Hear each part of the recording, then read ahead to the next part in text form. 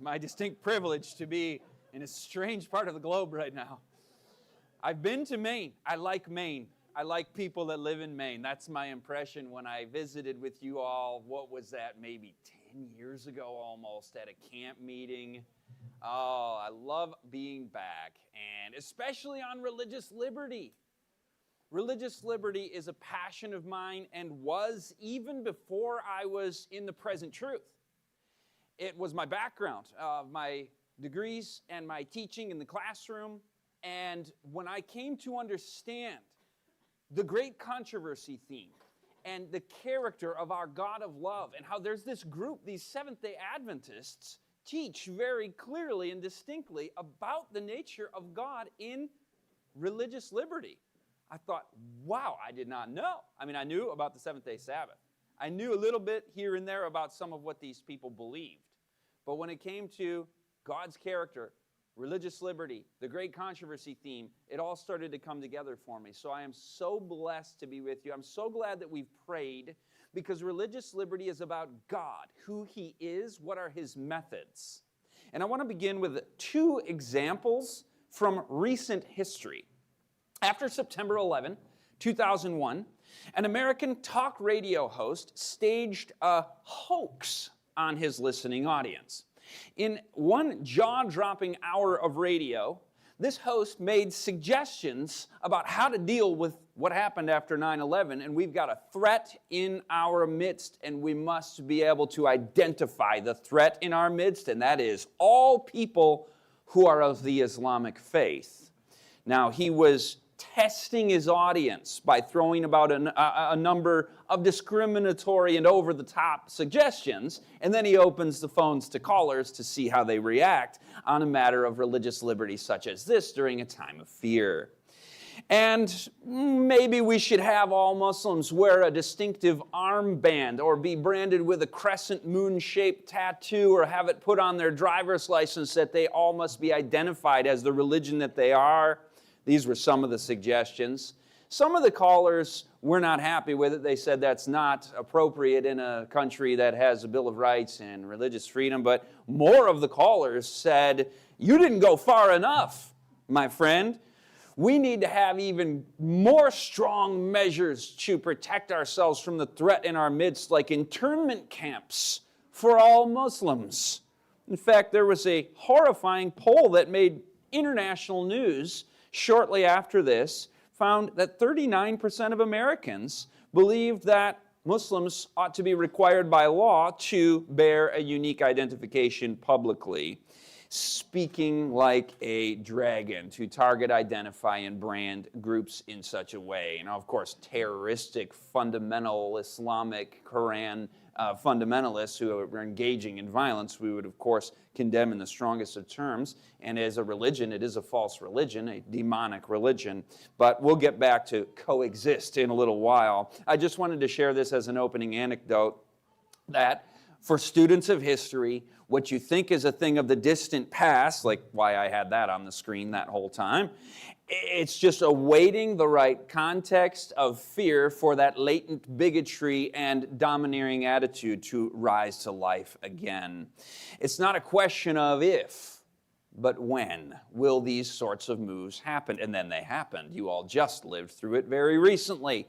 COVID vaccination mandates, and nearly half of one of the two major political parties in America, when polled, said yes, those who refuse to take a COVID vaccination should be required to be housed in designated facilities.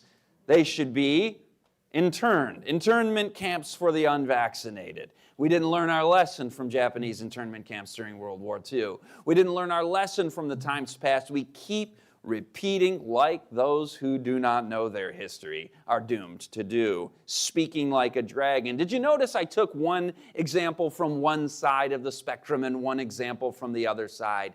That's important to recognize the name of this message, walking the tightrope of liberty, because you have times where one side imposes authoritarian employer vaccination mandates, bans the free exercise of breathing and smiling, and imposes mask mandates on children and their caregivers. One of the most diabolical edicts upon children and their well-being that has happened in our free land, once free land, affecting children's EQ, their IQ, their verbal development. These things were atrocious. Speaking like a dragon. It spends a generation indoctrinating the youth with cultural Marxism, imposing a woke religious cult that has flavors of cultism in religious settings, but it's supposedly secular. It's known as secular. It actually has its origins in Jesuit liberation theology. But let's now go to war against the secular humanists. Enter Christian nationalism. Stephen Wolfe. I couldn't get past the introduction of this one without having to just recognize this is straight up dominion theology, that the church is called by God to take power and to enforce and impose a Christian government upon people. Christian so-called. We'll come back to that. Is America a Christian nation? We'll come back to that. But he, of course, was advocating Sunday laws in his book. And then, of course, the mandate for leadership came out last year saying we want to advocate on page 589. Read it. Don't hear what people say about it, including this guy. I'm just going to paraphrase it, but you read that page, you analyze that and understand what this was calling for.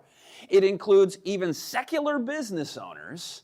If they do not close shop on Sunday, they are subject to financial penalties. They have to pay extra for those Sunday hours for their employees being worked. It's a little toe in the door if it was to be drafted as legislation and passed. But the idea behind it is a false idea. It needs to be called for what it is. And we look at the principles embedded in a statement like that one, that we want to promote a communal day of rest through the laws, through legislation, national laws about a communal day of rest. That would be a national Sunday law, not the final one imposing it, but it would be the beginning of that move if that was to become legislation. Now, of course, it does in that page 589 of Mandate for Leadership by Project 2025, it does make allowance for Seventh-day Sabbath keepers.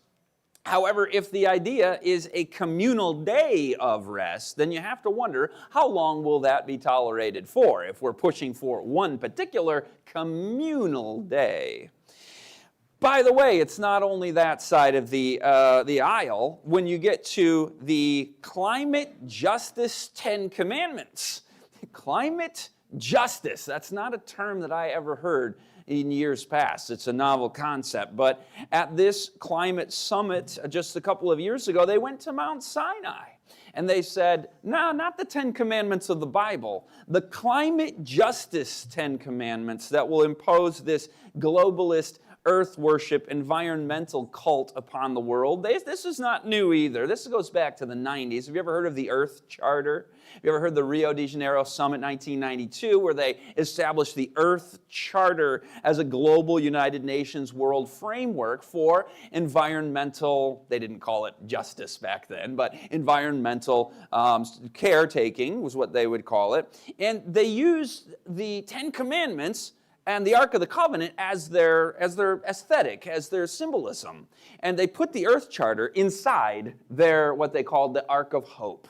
The symbolism is not lost on those who have a basic understanding of the Bible, that they are overwriting God's law with the Earth Charter. And the same thing with the Georgia Guidestones. They're on stone, written in stone, 10 New Age commandments to overwrite God's commandments. So you see these sorts of things happening. Car-free Sundays for the earth and all sorts of things that we could talk about. But I want to now, as a matter of that introduction, where we start to see the play on both sides, the tug of war on both sides, I want to remind us about this tightrope of liberty.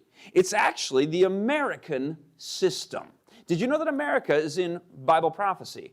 Where is America in Bible prophecy? You can talk to me. Okay, the lamb-like beast of Revelation 13. That's in every one of our prophecy series that we do. Praise God. It's a clear prophecy. Did you know America is also in Revelation 12? This one doesn't always make the cut. into our prophecy series, and it ought to. And here's why. When you start reading in Revelation 12, in verse 1, you see a woman. Do you know what a woman represents in Bible prophecy? Okay, and she's clothed with light, sun, moon, and stars. What is light in the Bible? Thy word is a lamp to my feet, a light to my path. So it represents God's word. Thy word is truth.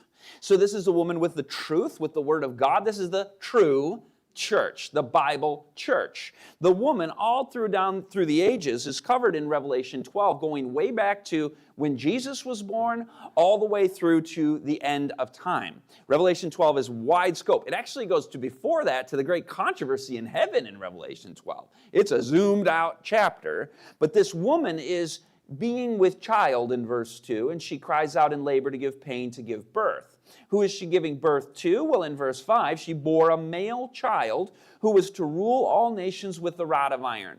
Messianic language, are you hearing there? Who was the only male child who was to be born of the church of God, of the people of God, literally the lineage of Abraham, the seed of Abraham, to rule all the nations with a rod of iron. That's Jesus. And it says we know it's Jesus because the very next part of the sentence is he's caught up to the throne of God.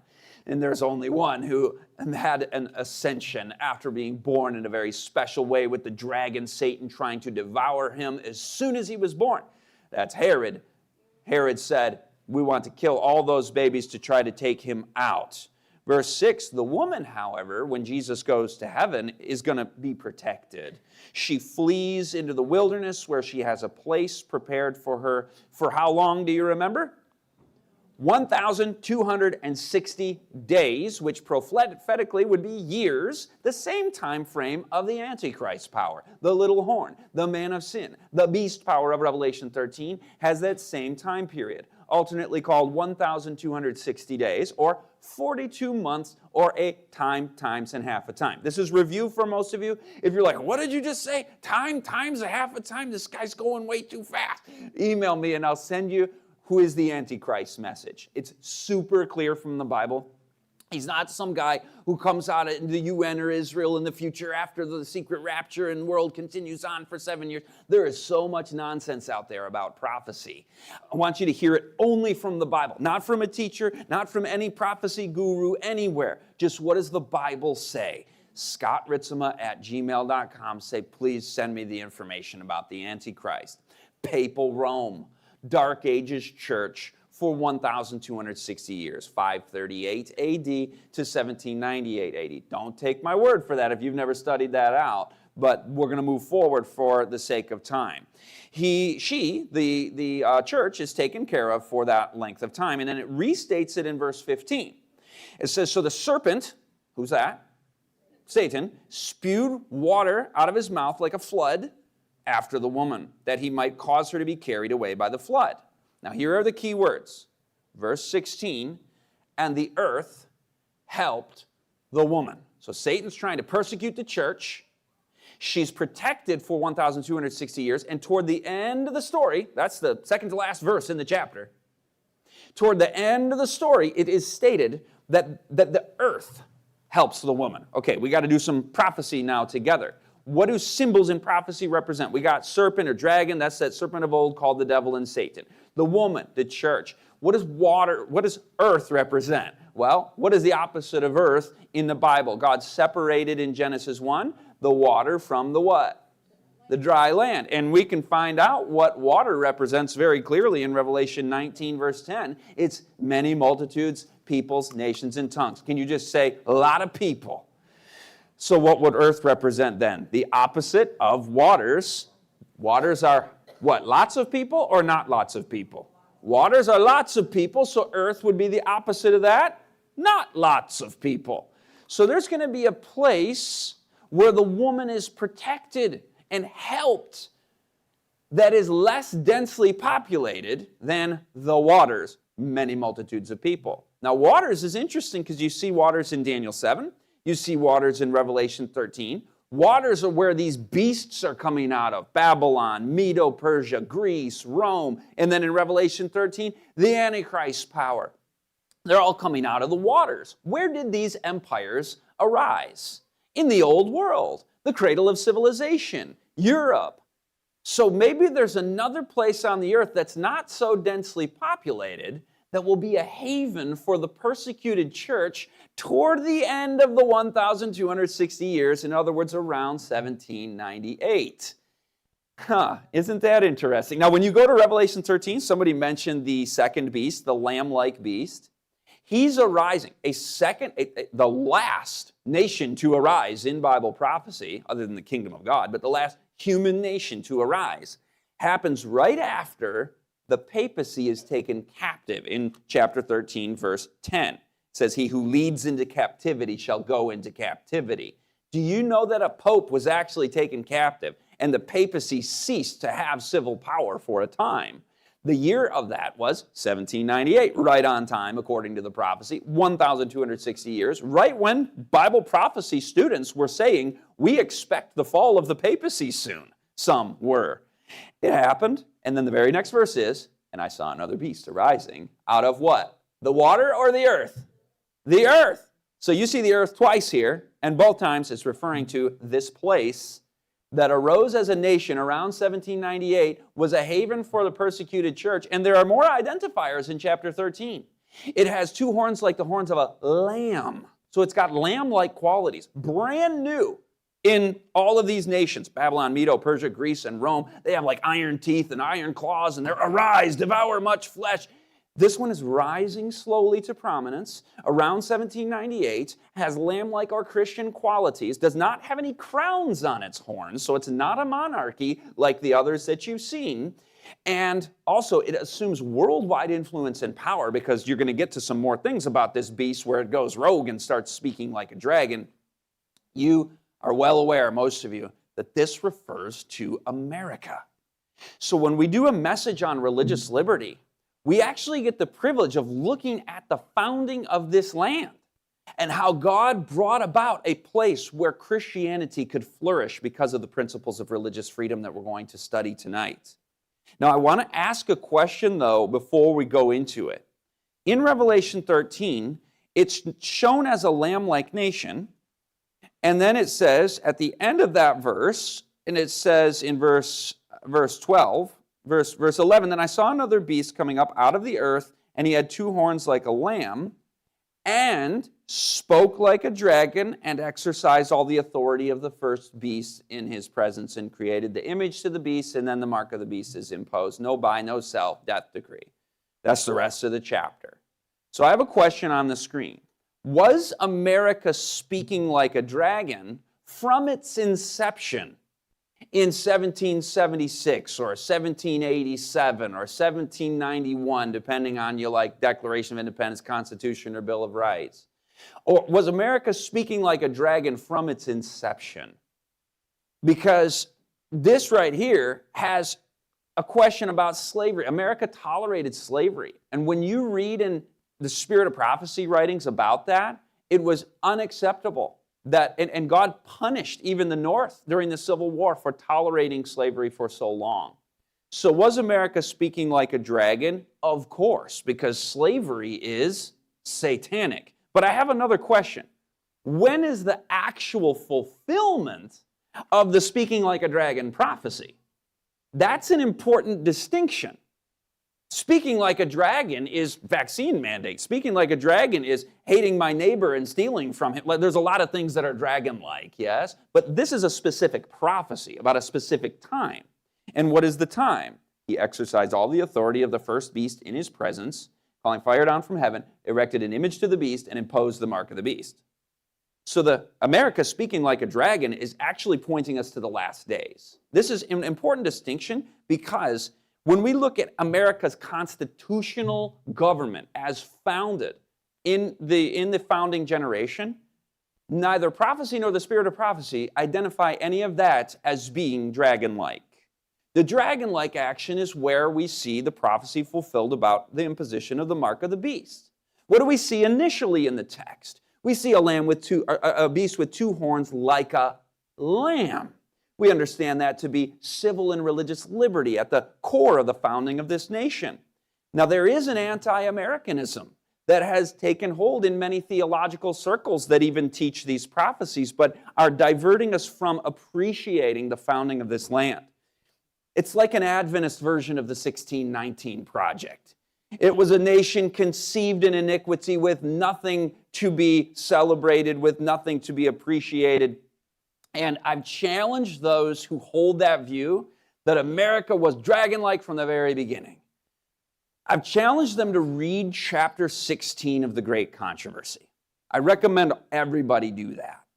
And chapter 16 of the Great Controversy is the chapter about America's founding. And what I've challenged people with is this: if that inspired telling of American history is something that doesn't resonate with your ideological worldview, you might want to rethink your relationship with the spirit of prophecy and allow it to challenge the preconceived notions that you have about denigrating the founding. It certainly was not flawless. It certainly had its problems, which needed to be dealt with in the Civil War.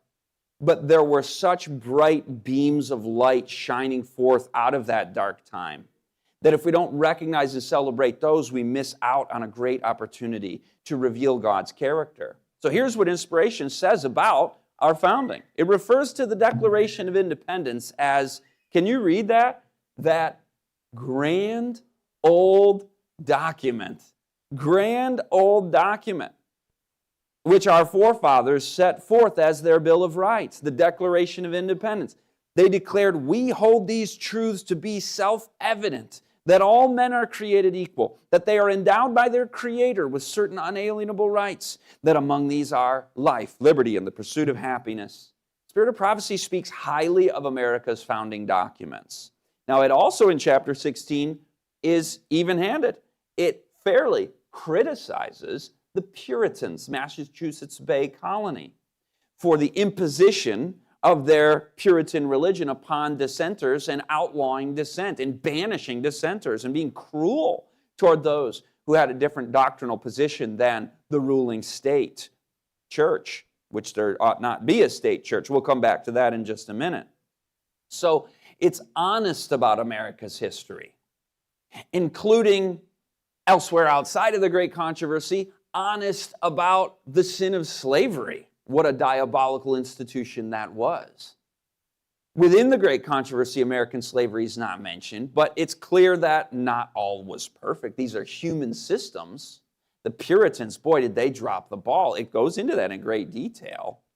And we also, at the same time, while being honest, have to be, frankly, courageous enough in these polarized times to recognize the validity of our Constitution, Declaration of Independence. I know that's kind of crazy to say, like, what? You have to be courageous to actually celebrate America's founding? You sure do in academia, I can tell you that from experience. Our founding documents are awesome, and I've never budged from that because I believe God was involved with the founding of this nation. What we mean by that, what we don't mean by that is very important. We're going to have to walk a tightrope as we go forward. So we want to keep that understanding clear. But I'm going to tell you a little bit later that some of the most biblical words ever uttered by just common man are found in that Declaration of Independence, in that grand old document. I want to ask, why is it that so many have taken from that document their inspiration for their yearning for freedom? Why is it that so many have looked to that document, the Declaration of Independence, as their inspiration? Where did this come from, this self-evident truth? We hold these truths to be self-evident, that we have the right to life and liberty and the pursuit of happiness. Well, I know where it came from. God has put eternity in the hearts of men. God has put enmity between us and the serpent. There's something within us that recognizes that God himself, who told us to choose, he's given us the freedom to choose. That's saying something. God, the very one who has the ability, the authority, the right to command our worship and subservience and obedience, that very one is the one that said, now choose if you will worship me. Do you realize how radical that is? In the history of religions, in the history of the human experience and how humans conduct themselves, the sovereign God is the one that said, now I'm giving you freedom. Huh. What did Jesus say is the greatest commandment in all of the law? love Him. Think about that. We usually use the term worship in these kinds of conversations when we're talking about religious liberty. But God frames it in terms of a relationship. It's a worship relationship, but He uses the word love. Love the Lord your God with all your heart, soul, mind, and strength is the greatest commandment of all. Now you know why He doesn't force us to worship. Now you know why He doesn't force. Because can love be forced? Love cannot be forced. Let's use the romantic example. Picture on the left is where I proposed to my wife in November 9 of 2002. That's a stock photo. That's not me and her. But that's an actual photo of where I proposed to her. Okay, now, the reason that it meant so much to me that she said yes is because she could have said what? She could have said no. Now, what if I realized that fact, like, okay, I'm going to make sure I secure the deal, and I'm coming prepared. Because if she might hypothetically go into the, I don't know if it's the right time or whatever, I got to have a backup plan, so I come packing heat. And she, okay, no, you will say yes. I mean, we're laughing awkwardly, nervously, because this is such a weird scenario, because we all know how any ounce of love that might have been in that room would be immediately extinguished, because force and love cannot coexist. Freedom is the soil out of which love can grow, and the only soil. Any amount of compulsion that would have been applied in that situation would have annihilated love. The desire to exercise our free will, which is a natural endowment of God. Thomas Jefferson called it self-evident. He called it the laws of nature and nature's God. You should read the Declaration of Independence again. The laws of nature and nature's God are addressed in there. It's like this natural right, this self-evident truth that we have the desire to exercise our free will. It's because God put that within us. And the Bible says that. That's why we human beings love liberty, because we were made to love. We love liberty. We enjoy liberty. We value liberty because we were made to love and to be loved. So freedom is within our spiritual DNA. And there is, however, the opposite of that. That principle in the universe got introduced, didn't it? There's a being out there whose agenda is to run around and take away people's freedom, people's freedom in Christ. Satan wants to rule, to conquer, to dominate. Satan wants, as the counterfeit dragon, the beast, and the false prophet of Revelation 13, seeks to impose a false system of worship by force. You may not buy or sell. You will have a death decree upon you. And he starts with deception. Yeah, he's a murderer from the beginning, but he's also the liar and the father of lies, isn't he? And what did Herod do to start with the Magi, with the wise men? He said, you tell me where the Messiah has been born, because I too want to worship him. You tell me where you find him. So it claims to be something it's not. It's deception, just like the papal system. And then when that doesn't work, he resorts to mass murder. And so authoritarianism is satanic. It is the opposite principle to that which governs God's universe, which is the principle of love and free will. Authoritarianism of any kind is satanic. When you write in a Christian paper even, now we must understand that those who choose to remain unvaccinated appropriately will have their freedom to travel and hold a job restricted.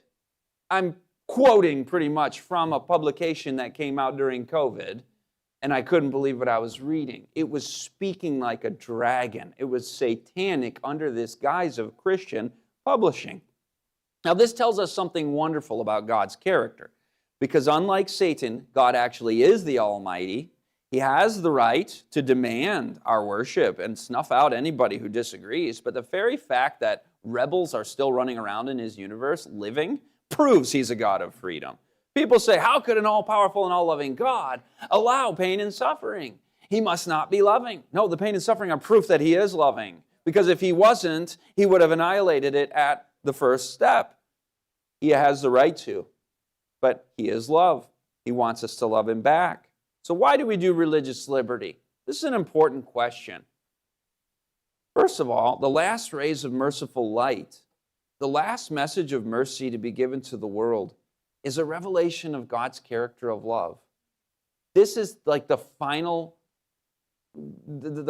act of a recognition of the issues at stake in the great controversy, is us knowing God. What did Jesus say? And this is eternal life, to know God, to know him as he is, to see him as he is, as John put it in 1 John. That's Christ's Object Lessons, page 415. The very last rays of merciful light is our privilege to reveal God's character to the world. And religious liberty does that, doesn't it? I mean, we've just seen that last few minutes. Big time.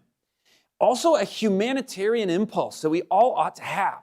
Helping people on a practical level. Religious liberty, advocacy, and practical assistance, whether legal or whether through pastoral letters or other ways that we can help people making appeals to conscience in the laws while we still have these freedoms recognized by American courts. This is a way where it's kind of like another right arm of the gospel. I put up on the screen, we can preach prophecy about religious liberty and God's character, but they won't care how much you know until they know how much you care. This is a true humanitarian impulse that is a Christ-like attitude towards suffering people that we need to demonstrate. Also, religious liberty is part of the third angel's message, because the third angel's message warns, don't take the beast's mark. The beast's mark, of course, is forced. And we reveal why that's bad by religious liberty teaching. Forcing worship is wrong, as we're going to continue to study. And then we tell people, now here's the answer, the seal of God. And so we show that issue that Satan has raised in these last days to think to change times and laws. We show the counterfeit and we show the true. We say, this was cooked up by man. We don't go by tradition. We go by the righteousness of Christ alone. That's the third angel's message in verity. And God's seal, his Sabbath commandment, is a reminder that it is God who is the creator, and it is God thus who can do the recreating. We are saved only by him instead of a system of works. So it shows the counterfeit versus the true, and who has the authority to proclaim a day holy. But even more than a matter of authority, go deeper into these issues, and you see the methods used reveal Satan's character and God's character. Force versus freedom. Okay, so now we're going to do the history. The tightrope of liberty is America in the center, and then I've got two competing systems that are opposites, but actually the same. You're going to see as we go forward. So we're going to tell three different stories, two varieties of tyranny on each side of the tightrope there. And I want to start with the Dark Ages church. The story of this, actually, you can trace it to this man on the screen. Do you know who that is? That's Constantine, who claimed to have seen a vision, a sign of the cross, and was told, in this sign, you as a pagan Roman Empire, in the sign of the Christian cross, are going to conquer. You're going to gain military conquest and victory as a Christian emperor. That was the delusion that he was given by the enemy. And it was public policy to merge the pagan and the Christian elements of the citizenry in a political strategy that transformed the Roman Empire at the time.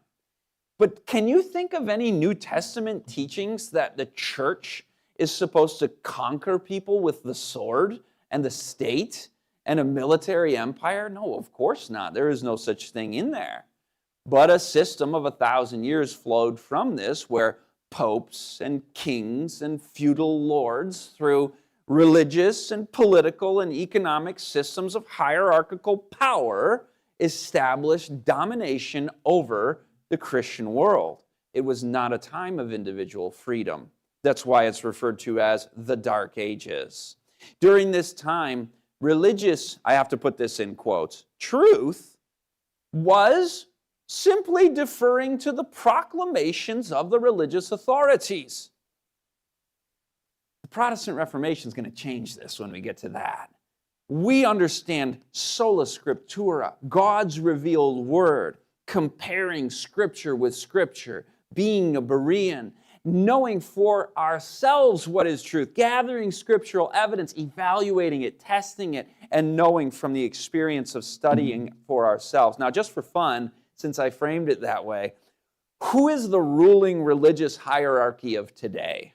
I'll give you a hint. The priestly robes of the Roman Church have been exchanged for white lab coats, and titles like bishop, cardinal, and pope have been exchanged for titles like director of such and such agency.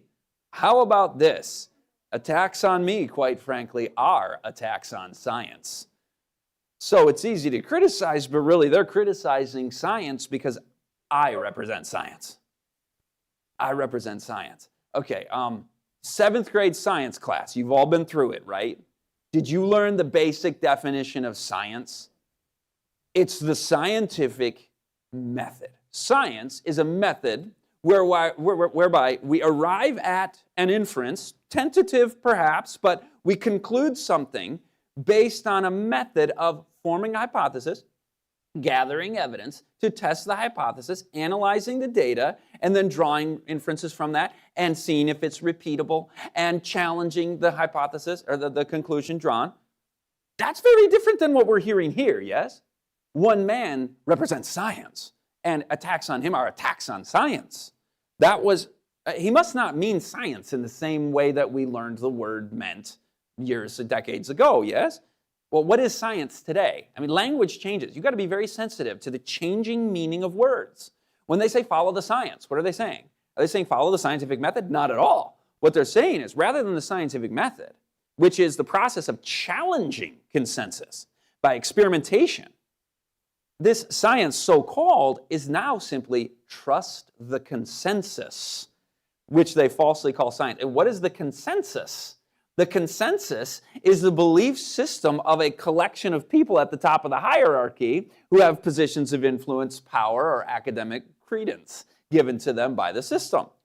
And so truth is now, again, proclamation by those in authority, just like it was during the Dark Ages. Yeah, we're talking scientific truth instead of religious truth, but maybe there's not so much division between these as you might think. Because is this not then a religious cult? Trust the science. It's the scientific community. I was just talking with a friend about this. That phrase scientific community, I have a social science background. The word community didn't enter into my 7th grade science class. It entered into the social sciences. Community, that's a social science term. That's a fuzzy science. When I make fun of my own field, I go social science, okay? It's not hard data-driven science as much as the hard sciences are. But the hard sciences have been totally cast out the window because the scientific method is gone and now we trust a community. That's going to enter into groupthink sorts of psychology, mass formation events. Oh man, if we had time to cover what is mass formation. But we got to keep going forward. That was just an aside as we're thinking about the Dark Ages system and how it repeats under this new veneer of science. But this Dark Ages oppressive religious power ruled for centuries by the sword. The Bible in the common tongue was outlawed. People were had ignorance imposed upon them. However, the Waldenses, John Huss, John Wycliffe, others attempted to translate the Bible and bring Bible truth, the light of truth to people once again. Remember, the woman was protected for 1,260 years, including many years when there wasn't an America. And so there was always a church. There was always the truth. It was never snuffed out. It was a torch that was carried forth from generation to generation in various places. But what happened to those who tried to bring Bible truth during these times in the 1300s and 1400s? Burned at the stake. The Protestant Reformation in 1517 starts to get some protection for religious freedom. Martin Luther in Germany, the German princes declare for the Reformation, followed by Switzerland, the Netherlands, Scandinavian countries, many places in Europe. Nation by nation, Europe was being liberated, and people were able to have their Bible faith in Jesus Christ and their religious liberty to a great extent compared to what they had. France was up next. Are we going to declare for the Reformation too? John Calvin is giving his all to the mission in France.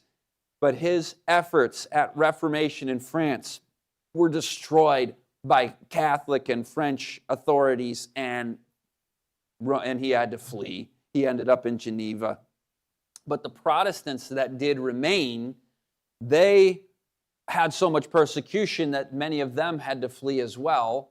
And many of them fled actually to the Netherlands. Interestingly, they were called the Huguenots. And I have the privilege to say I have Huguenot ancestry. Now, we all have Huguenot and Waldensian and apostolic spiritual ancestry.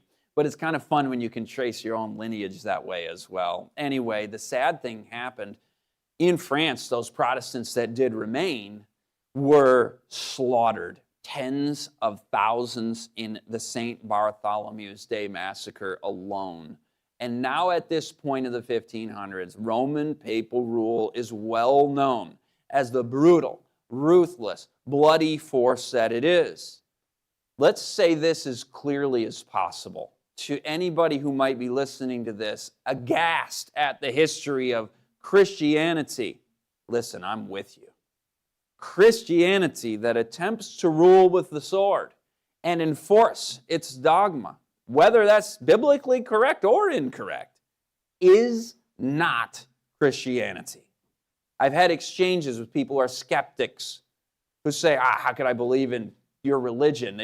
They persecuted others and they've got blood on their hands. I said, the Bible actually addresses that whole Dark Ages experience. And you know what the Bible calls that? Antichrist. You know what Jesus taught? Jesus said, you know that the rulers of the Gentiles, pagans, unbelievers, they lord it over them. And they exercise authority over them. But it's not supposed to be that way among you, my disciples. The Christian church is founded to serve others, to not lord it over others like the rulers of the Gentiles. And then you ask the skeptic, have you read the life of Christ in the Gospels? What about Jesus do you object to? Anything? Oh no, Jesus was a good man. Yeah. So what you object to is Antichrist. So you like Jesus. Yeah, me too. We actually agree. Yeah. So there we go. But the thing about France is the people in France by the 18th century, they had hundreds of years more of this than most Western European nations. And they were fed up. They were fed up with the church, the monarchy, the feudalism, and they threw this system off with ruthless revolutionary violence. It was 1780 and 89, and it was the French Revolution. And this was the birth of modern atheism, actually. When I'm speaking of the skeptic, the agnostic, they trace their roots to this, not to Charles Darwin, not to Richard Dawkins. Okay, this goes back to we've endured hundreds of years of religious oppression. We're throwing off religion entirely. That's still the atheism we have today. The atheism of today is not actually rational. It's got a lot of pretense and sophistry. Darwin is easily debunked. Darwin debunks Darwin. So it's not about rationalism. It's about an emotional reaction against religious persecution that the Bible calls Antichrist. So what happened in the French Revolution? They threw the baby out with the bathwater. Religion itself is bad and inherently violent and oppressive. Well, except Jesus. But they couldn't see past the particular Christians that they had been afflicted with, Christians. And Satan proved himself to be a master strategist. He has two opposites that are exactly the same in their principles.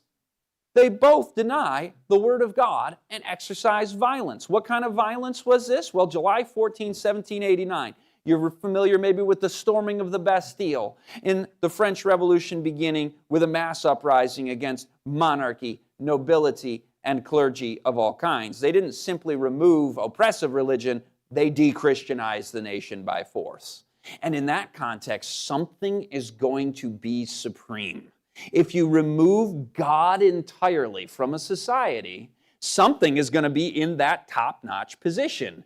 And what is it here in this context? Force.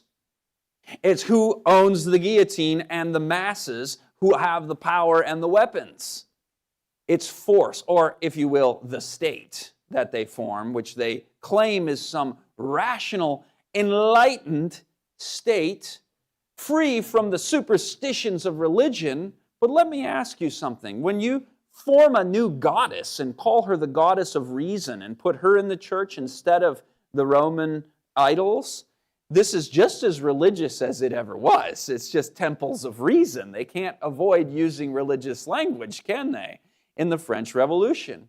And also, when it was so enlightened and rational, this new modern revolution, how rational was the reign of terror, the bloodshed, indiscriminate bloodshed and violence and mass murder? It's not actually rational. It's bloodthirsty and demonic.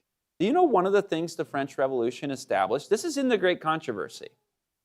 Revolutionary France reduced the union of marriage, the most sacred arrangement which human beings can form, and the permanence of marriage leads most strongly to the consolidation of society.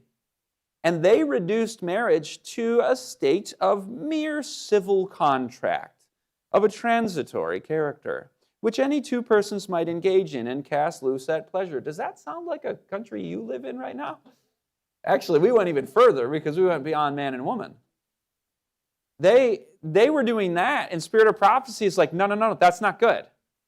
That's interesting, because I remember during the marriage debates, 10 years ago, if you took the side defending traditional marriage, you're like, oh, you're the religious right. Quote the Great Controversy. It's clear we don't want to abandon the proper constitution of marriage to protect children, and that is a societal mandate. That is a public need. It says it leads most strongly to the consolidation of society, to protect the family unit. That's one of the roles of government. Robespierre's reign of terror wasn't called the reign of terror at the time. They had good PR. They called it the committees of public safety. So, yeah. Lesson learned by history: when you see intrusions, encroachments upon life and liberty and property, it's usually going to come under the guise of some nice-sounding thing. Homeland security, public health, public safety, taking our country back for God, climate justice, social justice. What am I missing? There are more, aren't they? There are all kinds of these PR veneers over the iron fist of tyranny. If it's a velvet glove, it changes nothing.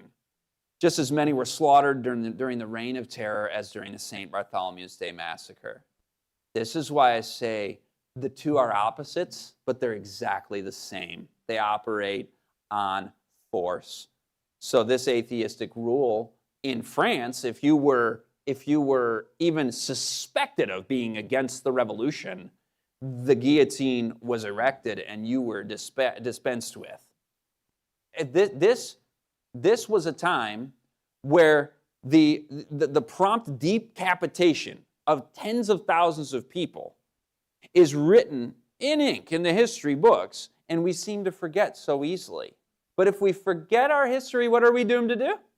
Repeat it. So you get socialist revolutions, you get communist revolutions that arise, and you get the 20th century with more mass murder, genocide, democide, government-sanctioned or actual carried-out murder against populations in the tens of millions, upwards of 100 million, through the gulags, the killing fields, the gas chambers, and the cultural revolutions and persecutions. Spirit of Prophecy speaks specifically against these systems.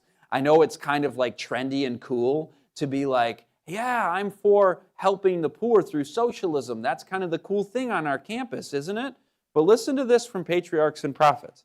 There are many who urge with great enthusiasm that all men should have an equal share in the temporal blessings of God. You heard of these? There are many who urge with great enthusiasm, from each according to his ability, to each according to his need. We ought to equalize the wealth redistribution into society to make everybody have an equal share of the temporal blessings of God. But this was not the purpose of the Creator, it says.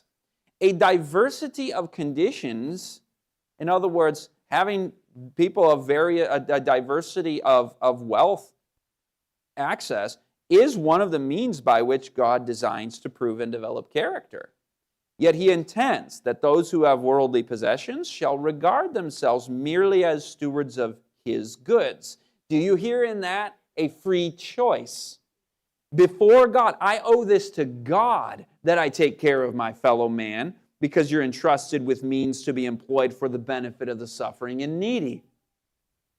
It's no different than the religious right mandating worship and morality to have the religious left mandate and coerce generosity. It's the same principle at play. Speaking of the French Revolution and Sister White's writings, this is actually in the book Education. And it says, at the same time, anarchy is seeking to sweep away all law, not only divine, but human. This sounds like, again, our country today, descending into more anarchy and lawlessness in our urban centers, yes? The centralizing of wealth and power, so this is not a good. You're not hoping to have centralized wealth and power. That's part of the cause of the problem here. A diversity of condition is part of how God tests and proves our character. It's being permitted because we're not going to use force to redistribute and do economic leveling. But it says here that when you get this centralizing of wealth and power in a society, you get vast combinations of the enriching of the few at the expense of the many. In other words, corruption, cronyism. You get the combinations of the poorer classes for the defense of their interests and claims, unions. And then this spirit of unrest, of riots and bloodshed, and the worldwide dissemination of the same teachings that led to the French Revolution. And all these things are tending to involve the whole world in a struggle similar to that which convulsed France. Are we seeing rumblings of French Revolution 2.0 in our society today? Be aware, because she made a specific prophecy about civil unrest in these same terms, not just in America, but India, China, Russia, and the cities of America. Thousands of men and women are dying of starvation. The moneyed men, because they have the power, control the market. They purchase at low rates all they can obtain and then sell at greatly increased prices. And this means starvation to the poorer classes, punchline, and will result in a, you realize there's a prophecy about coming civil unrest.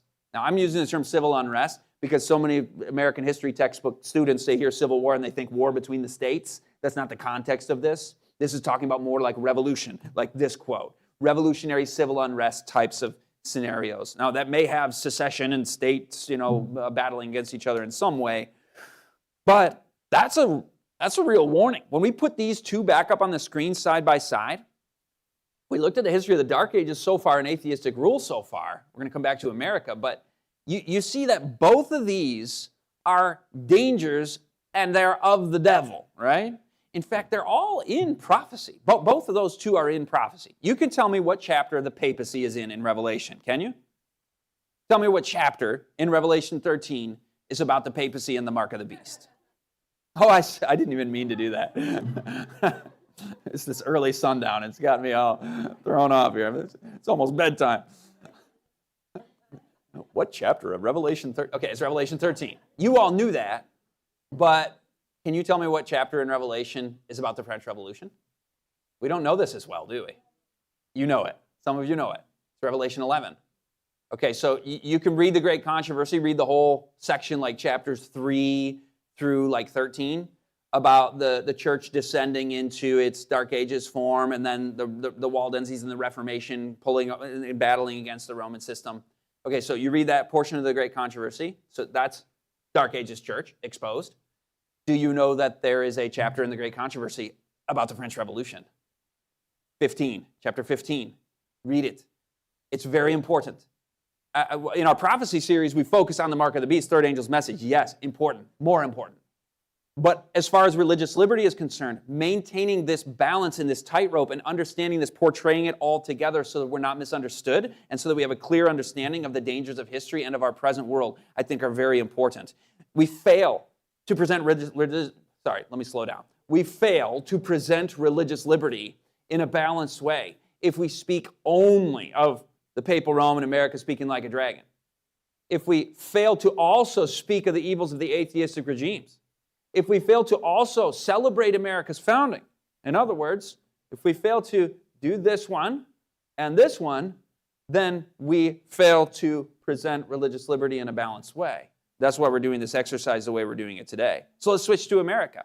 7 ways the Declaration of Independence is informed by the Bible. The first one we kind of already covered. God's character. He gives within us a self-evident, natural endowment to desire liberty. So the self-evident love for and right to life and liberty. Also, the Declaration of Independence says, quote, all men are created equal. Where did they get that idea from? Are they the first ones to come up with that?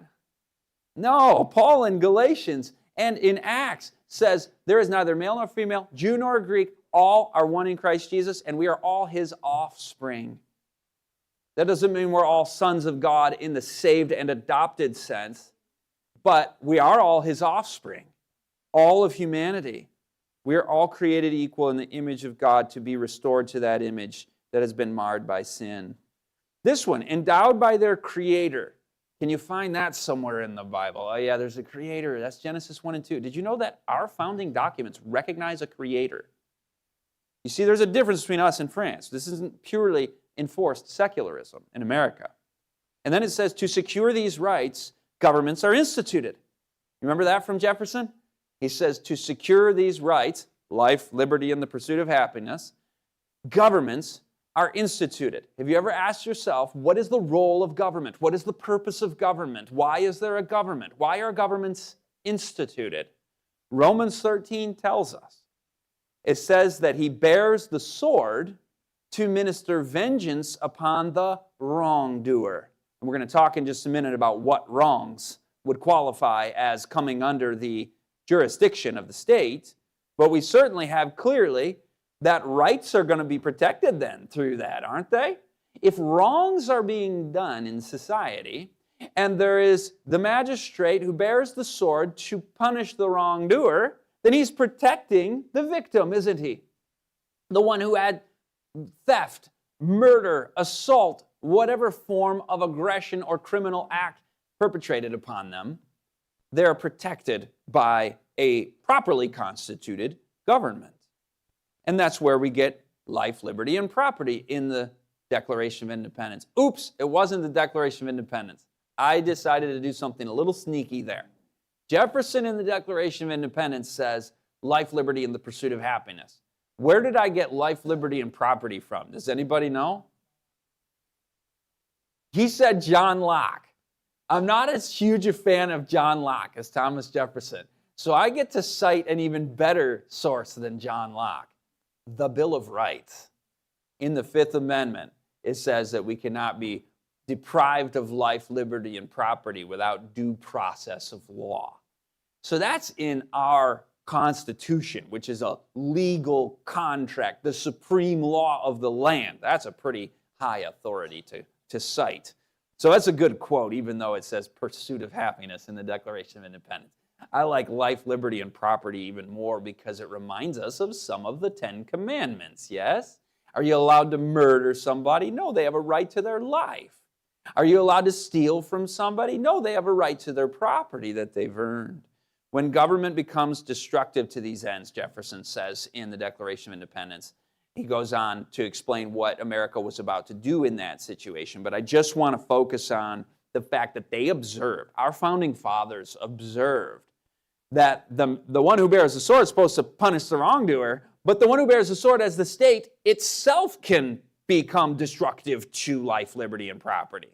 These ends. That means, what is the purpose of government? To secure rights. And when government itself isn't securing rights, but is destructive toward rights, then you have in a situation that is alluded to in the Bible in Psalm 146, verse 3.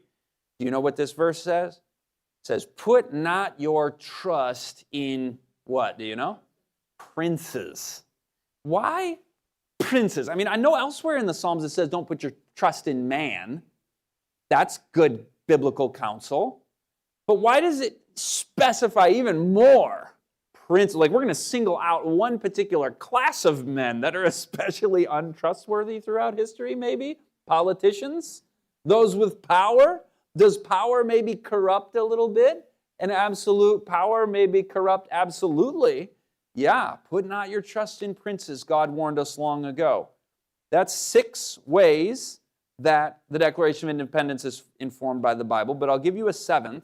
But before I go to the 7th, it's much more important to say what we do trust. than to say what we don't trust. It is important to study our history, learn and not be naive, and put our confidence in people that claim they have all truth and are the science, whatever. Put not your trust in princes, lesson learned. But let me pivot from that to the everlasting gospel of Jesus Christ, which needs to be our standpoint and sure foundation at all times. It reveals God's character when we talk about religious liberty. But in God's love, He met us in our need, in our sinful condition, and Jesus Christ proved Himself worthy of our trust by coming to this earth, living a perfect life, facing temptation at every point and overcoming, and then going to the cross and loving us to the end, or showing the full extent of His love, as it says in the modern translations, when He went that route and didn't save Himself. He didn't. He could have, but He didn't. Put your trust in Jesus. 'Tis so sweet to trust in Jesus. There is not another being, not another person that has proven himself more trustworthy. Give Him your all, your heart, your life. Put not your trust in princes, but put it in Jesus. That's what this phrase actually recommends we do. We rely firmly on divine providence. America's founding was not like the French Revolution that would follow a decade or two later. America's founding did recognize that there is a creator. There's a creator who's involved in human affairs. Now, we're going to be careful with what that doesn't mean in a moment. But right now, it doesn't mean that we are the French Revolution 1.0. It's a different system entirely, and that's how you find all of these biblical concepts in the Declaration of Independence. So, controversial question for you. Brother Scott, does that mean America was founded as a Christian nation then? This is a sticky one. Be very careful when you wade into this question. I'm going to put two answers on the screen, okay? I like them both. I'm going to put two answers on the screen, and it all comes down to what do we mean by Christian nation? So I'm going to answer yes and I'm going to answer no, successively in that order.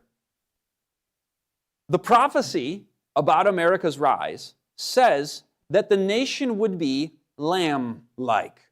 So yes, America was founded as a Christian nation because Christian means Christ-like. And Jesus said, don't lord it over others.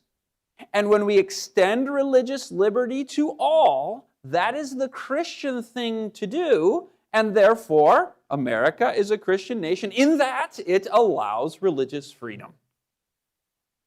Now let's do the no version. I like both of these answers. Was America founded as a Christian nation then? No. Christianity is not the official religion of America because the first clause in the Bill of Rights that we're going to get to in a moment specifically prohibits America from being a Christian nation or a Jewish nation or a Muslim nation or any religion. Both of these are accurate statements. No matter how we engage in this conversation, I put these up just so we learn how to be careful in how we speak. Because if we don't really thoroughly define our terms, then we can be misunderstood about what we are saying. For example, if I'm speaking with an evangelical Christian friend, and they lean maybe toward the direction of, yes, America's a Christian nation, take America back for God, and I'm trying to win them to the present truth. If I come at them with, now you know America was not founded as a Christian nation, America is not a Christian nation, and you come at them with that kind of like not defining all your terms, you could be misunderstood and lose the opportunity to witness. Because there are elements of Christianity in our founding, i.e., we don't force our religion, which is what some of them are wanting to do, but you help win them over with the language, you see. Opposite, you're talking to somebody who's a secular-minded person, is concerned about the Christian nationalism that's arising, you can approach them on this very same slide. You can say, indeed, there is not a statement in the Constitution defining America as a Christian nation. It is correct, as we're going to study in the First Amendment, that America was not founded officially with Christianity as its official religion.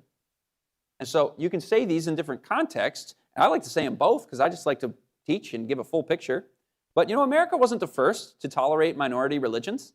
The Anabaptists way back in the 16th century, in the European continent, when Protestant nations had a state church and enforced that state church in many cases. The Anabaptists said, no, we will not bear the sword. We do not want the church and the state to be united. And they were the radical Reformation for their time. They get some good ink in the book, The Great Controversy. The Netherlands had a period of radical religious toleration. It was called the Dutch Golden Age. This is when the English pilgrims, the separatists, fled to the Netherlands for a time and lived there in Leiden. We'll actually talk about that tomorrow morning. William Penn, the founder of Pennsylvania, a Quaker, had no state church at all in the colony of Pennsylvania in the 17th century. Complete religious freedom. My favorite of all of them, because he taught this so clearly and so well, was Roger Williams. Very enlightened. He taught that the state has no business at all regulating the first 4 commandments out of the 10. The first 4 are about worship, aren't they? The first 4 are how we love God. Are we supposed to have laws telling us that we must love God? No, laws, you can't force love, right? So yeah, he said, hands off that one. Worship is between an individual and their creator, and it must be chosen. If it's forced, then you're a hypocrite to worship against your own will. He pointed this logic out at a time where it was not popular in Massachusetts Bay, and he was persecuted for it and founded Rhode Island. Then you get the latter 6 of the 10 commandments. That's where you find theft, murder, the family, marriage, protection of children. You get, how about bear false witness? Is that the government's jurisdiction? Yes, enforcement of contracts and telling the whole truth and nothing but the truth in legal settings. So there's application of all of these commandments all the way down the line, and including adultery. That's, as we read in the French Revolution, they perverted that institution and the state's role in that institution. While we're talking about the first and the last tables of the commandments, what do you guys make of this argument that was leveled at some promoting religious liberty during COVID? You guys who are making religious liberty objections to the vaccine mandates are in error, since Ellen White said that only when a specific commandment of the Decalogue is on the line, only then, if it's one of the 10, can you choose to obey God rather than men and say, I want to dissent from the law on this matter and I want an exemption from that. And since she said it's the commandments of the Decalogue that we may need to make sure to obey rather than man's authority, and since thou shalt not take a vaccine is not in the Decalogue, sorry, you are not using your religious liberty appropriately if you object to vaccine mandates. I actually heard a message during COVID arguing that what it did was it took Peter and Matthew, 2 of the disciples. Peter was more likely to get the sword out and lop an ear off. Matthew had been a tax collector, maybe a little more favorable to the system, the state, the Caesar, okay? And it said, Peter versus Matthew. Now you have all these, vaccine liberation enthusiasts and agitators out here. You guys need to think about Matthew's perspective on this a little more. And it starts with Jesus. Jesus shows them, he says, show me a coin. They show him the coin. And Jesus says, give to Caesar what is Caesar's and give to God's what is God's. And so Matthew would be more the give to Caesar what is Caesar guy, right? Because he's coming from the tax collector background and a little more favorable to Caesar. So it goes through, vaccines are safe, and Matthew would tell you they're effective, and Matthew would tell you that, if you are remaining unvaccinated, you're endangering yourself and others, and Matthew would tell you this, and Matthew would tell you that, and Matthew would tell you this. And then it concludes with the punchline, now give to Caesar what is Caesar's, and to God what is God's. And my jaw hit the floor. I'm like, did I just hear what I thought I heard? What did Jesus say? Show me whose image is on the coin. Give to Caesar that which bears his image. Pay your taxes. But give to God that which bears God's image. What bears God's image? Me, my person, the living soul, flesh and blood. And so our health choices, spiritual choices, between me and my God, or our health about my body, I render my body unto Caesar. That's what I took from that. Render your body unto Caesar, that completely inverts the teaching of Jesus. who said, render that to Caesar, but render this to God. And what is that in the Bible? The temple of the living God. And offer your bodies as a living what? Okay, you know your Bible well enough. When you hear sacrifice and you hear temple, you're hearing what kind of language? Worship language, yes? Worship language. Where is worship found? The first table or the second table? Worship is found in the first table of the Decalogue. Does the state have jurisdiction over my choices with the temple and the living sacrifice worship of God? No way. Have no other gods before me. It's there. It's in the first commandment. They have jurisdiction over the latter 6, but not over the first 4. It was an imposition into the conscience of individuals that was an atrocious violation of liberty. Not the first time, though. I named some very good examples like Roger Williams and William Penn, but one of the colonies was infamous for its religious oppression, and that was Massachusetts Bay Colony. They had many virtues. For all their virtues as a society, they did not understand religious liberty, not even close. Ask Anne Hutchinson, ask Roger Williams, read a biography about these. And they had been persecuted in England.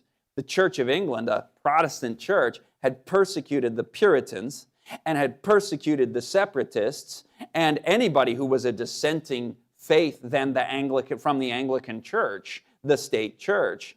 And so these Puritans, who are now in America, they learned how you have dominion theology and how you rule as a church state over others. And the persecuted became the persecutors, doing the very thing that they were fleeing. It passed into the dustbin of history as we transitioned to America. What colony did the Bill of Rights, did the framers of our Constitution pattern and model themselves after? Was it Massachusetts Bay? You hear some people these days citing colonial state church, which actually continued during the Republic because the Bill of Rights was not yet incorporated at the state level. In the first half of the 19th century, there were still some state churches. A congregational church, no longer called Puritan, but congregational church was the state church of Massachusetts and Connecticut into, I think, the 1830s or 20s, if I remember correctly. But that aside, you'll hear them cite that. Vice President of the United States just did this. I don't mean to be political, but he was saying, the First Amendment wasn't meant to apply to states. Well, let's just talk about the federal level right now, because that's what the Bill of Rights initially was about. I'm going to read it, and you tell me which colony our National Bill of Rights was taking its principles from, Massachusetts Bay or Rhode Island. Let's say you already know. Congress shall make no law respecting an establishment of religion. Respecting means touching upon, relating to. You are not to write any laws about religious establishment. Not in America. There is no state church here. And you aren't to make any law prohibiting the free exercise of religion. Now, there's a lot more in the First Amendment. Wonderful things, freedom of speech, very important. The religious stuff is the first thing they put in the Bill of Rights, in the First Amendment. And the first clause of the first right in the First Amendment is the Establishment Clause. Do not form religious establishment where Christian dogma or any religious viewpoint is enforced upon the people. It is contrary to what we fought for in the American War for Independence. So they followed Roger Williams' principles. This is our tightrope of liberty. Now, speaking of tightropes, this one's really good. You're going to have to be a thinker on this one. One of these is theologically correct, yes? And one of these is theologically incorrect, yes? Okay, Jesus said, I am the way, the truth, and the life. No one comes to the Father but by me. The one on the right is the theologically correct one. And every time Christians see the one on the left, they go, oh, here we go with neo-paganism, moral relativism, and subjectivism, and all roads lead to God, and all religions are equally valid. And like they did at the, what was it? It was a DNC 2016. The Methodist pastor gets up, and he goes in his opening prayer, oh, God of many names, and then prays. I'm like, what? Okay. False religion. Yes, we get that. But I want to ask us a question about the word coexist. What is the opposite of coexisting? Snuffing people out who disagree with you, right? It would be annihilation. So we believe Jesus is the way to the Father spiritually for our salvation. But the one on the left has its place in a pluralistic society to say, my Jewish neighbor, my Catholic neighbor, my Muslim neighbor has the freedom, he has the right to be wrong in a free society. And the God of heaven doesn't even force. So how much more should we affirm? Yes, we will coexist, and it can't coexist for eternity because truth and error cannot occupy the same territory in God's kingdom. We know that will be brought to an end, and we want to win as many souls as we can in the process. But taking that one on the left and tearing it down and saying, no, we don't want to coexist, is probably some bait from the devil that we don't want to take, because then we come off as dominion theology bigots ourselves. But is there a limit to this coexist concept? I mean, what if my religion says I practice ritual human sacrifice? Is that allowed? Well, of course not, because that's thou shalt not murder in the 10 Commandments. This is not made up. Satanic Temple says religious freedoms exempt them from state laws where they get to have abortions that are not permitted by state law because it's a ritual of their religion to take the life of a child. This was lodged in the courts as their own appeal legally. They said, First Amendment, free exercise of religion, free exercise clause. You can't make a law prohibiting the free exercise of our religion. Part of our religion is sacrificing children, sacrificing babies. It's a religious ritual. That is dark.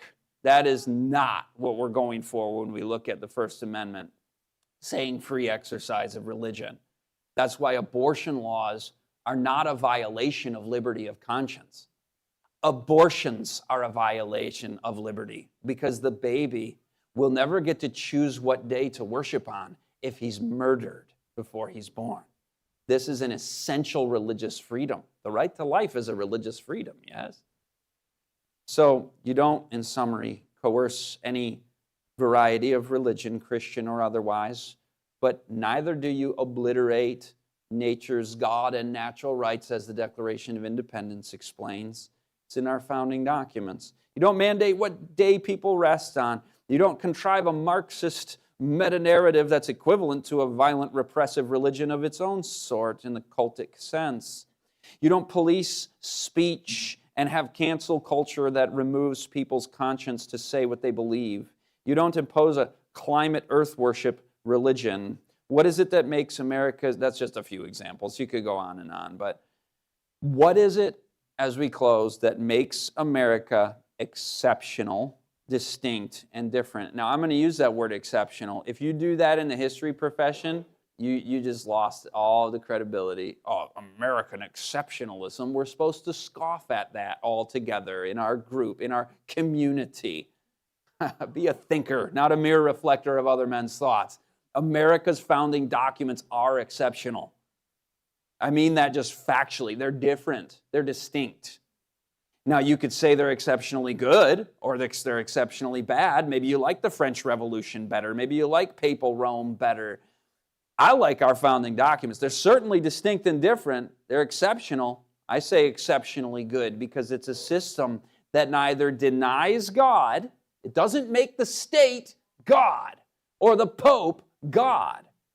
It doesn't deny God. We have a Creator who's endowed us with our rights. Where did our rights come from? The Creator. If they came from the state, then they're not rights. They're not natural rights. If the state dispenses privileges, they can withhold them as well. And it's not a human right, a natural right. Natural right. Nature's God, our God, has given us these rights. We don't deny God, and we don't enforce God because we believe in Jesus' teaching that the rulers of the Gentiles lord it over them, and we don't do that. So the papal and the atheistic are two sides of the same coin, are they not? Coin of repression and removing religious freedom and imposing a new religion, whether that's atheism or another, upon the people. The American Republic, founded by Protestants, acknowledged the Creator, didn't enforce religion, didn't restrict freedom of conscience, and thus, this is where we get to the last verse of Revelation 12. What is the last verse? After the earth helps the woman, in Revelation 12, what's the last verse in Revelation 12? You have it memorized. The dragon was wroth with the woman who went off to make war with the remnant of her seed, who have the commandments of God and the testimony of Jesus. Do you make the connection here? Why is it that America, not France, not Rome, became the wellspring of missionary work and the seat and growth point for the Second Advent awakening of the 19th century? This is so beautiful in prophecy. What a privilege to celebrate religious liberty, to remember we're given liberty for a purpose right here. That's central to who we are.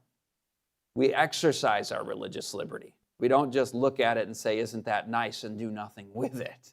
Let's get busy about the work of God because we've seen Him as He is. We've seen His character of love. We want to witness to those around us by being of a practical assistance to them and being an entering wedge and talking of the things they're talking of and say, hey, you know this stuff is in prophecy. You want to study prophecy together? Thank you so much for the opportunity to share tonight. Tomorrow morning we will continue the celebrating of this tightrope of liberty by looking at American history, and we're going to see the founding generation as well as the Pilgrim Fathers of the Mayflower, because we're near Thanksgiving, so I think it's time to revisit those guys. Do you want me to have a prayer for the meal? Okay, so we're going right. You don't need to have any closing? All right. Well, okay, so we're going to have a little break after the prayer. So, Father in heaven, we thank you so much for revealing yourself to us once again. We want to know you more, for that is eternal life. We want to follow Jesus more closely and embrace and live out his principles the way that he's taught us to live. Help us to be that witness and follow through with the remnant of her seed finishing this work in these last days.